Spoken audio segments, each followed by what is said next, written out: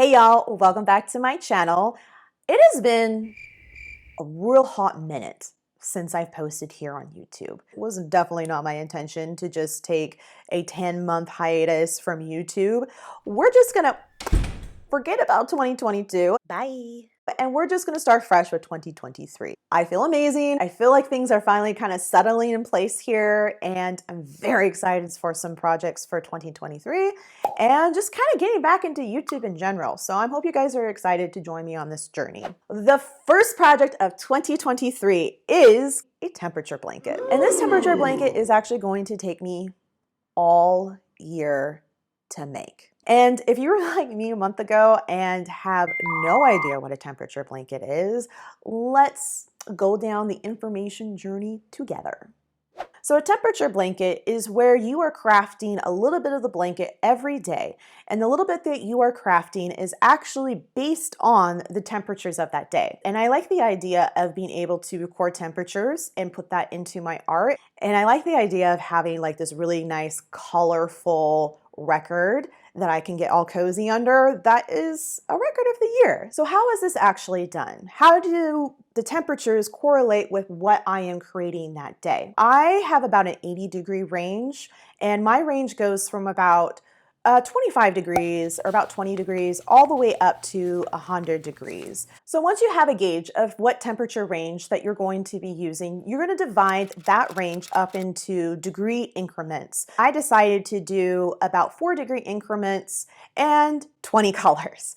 That's a lot of yarn. Ooh. Once you have your temperature range and your color gauge, you're going to refer to it every day and then choose the color based off of what the temperature is that day. So to be honest, I'm a little overwhelmed by this project. It seems like a lot. As such, I still feel like I'm learning, and I'm hoping I'm not biting off more than I can chew with this very large project. To help manage this project mentally, I made some log sheets so I can keep track of temperatures and days and my different colors and swatches.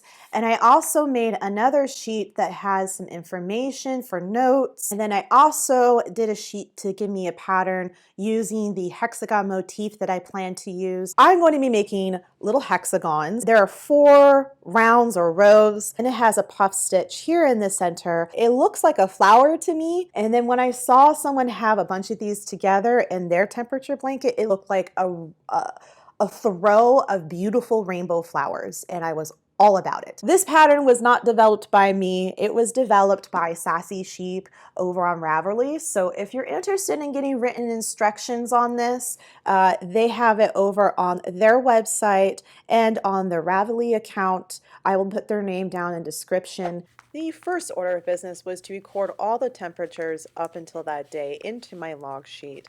I also figured out what order I wanted to have my colors in and then filled out my sheet accordingly and attached my yarn swatches so it would be an easy reference to have on hand while creating.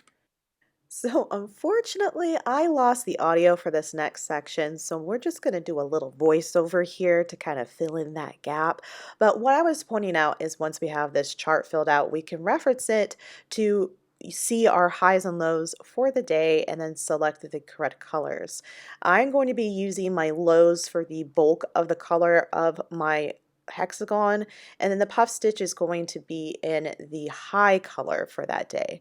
So but from here on out, we're just going to do some time lapses, some real time with some music, so just hang out. We're gonna look at that and we're gonna cut back in here and there, and I will see you once week 1 is completed. All right, y'all. See you soon.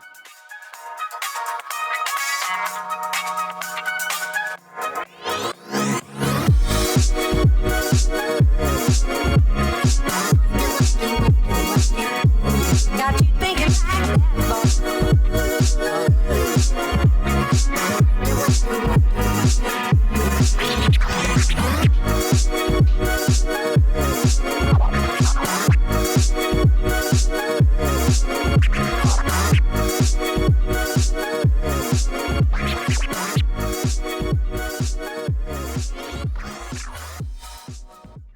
All right, so I have finished the first week plus 2 days, so the first 9 days of my temperature blanket.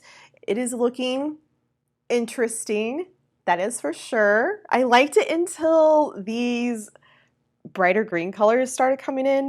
Now it feels like, what? At the end of January, I will go ahead and post another video. So I'm gonna be doing once a month updates. Of course, I'll probably post some more stuff on Instagram as I'm working on it.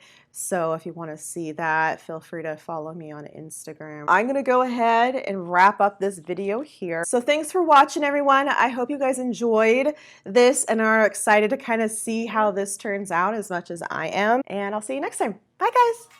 To create a range. Yeah.